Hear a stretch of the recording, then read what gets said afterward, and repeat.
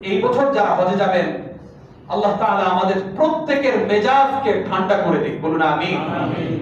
কারণ এক হলো এই যে মানসিক প্রস্তুতির কথা আমরা বললাম, মানসিক ভাবে আপনার বাংলাদেশ থেকে এই প্রস্তুতি নিয়ে যেতে হবে যে সেখানে এই মুহূর্তে উত্তপ্ত গরম এবং গরমের তীব্রতা অনেক বেশি। হিট স্ট্রোকে প্রতি বছরই অনেক মানুষ মৃত্যুবরণ করে, এমনকি বাংলাদেশেরও অনেক মানুষেরা মৃত্যুবরণ করে।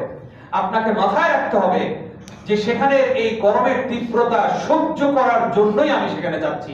কারণ আমি আমার সারা জীবনে 40টা দিন 30টা দিন বের করতে পারি নাই শুধুমাত্র আল্লাহর জন্য।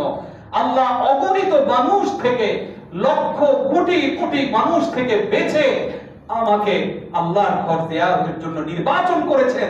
আমি এই 40টা দিন আল্লাহর জন্য নিজেকে সমর্পণ করে দিলাম এবং আমি 40 দিন কি গরম, কি ঠান্ডা, কি শীত, কি গরম, কোনো কিছু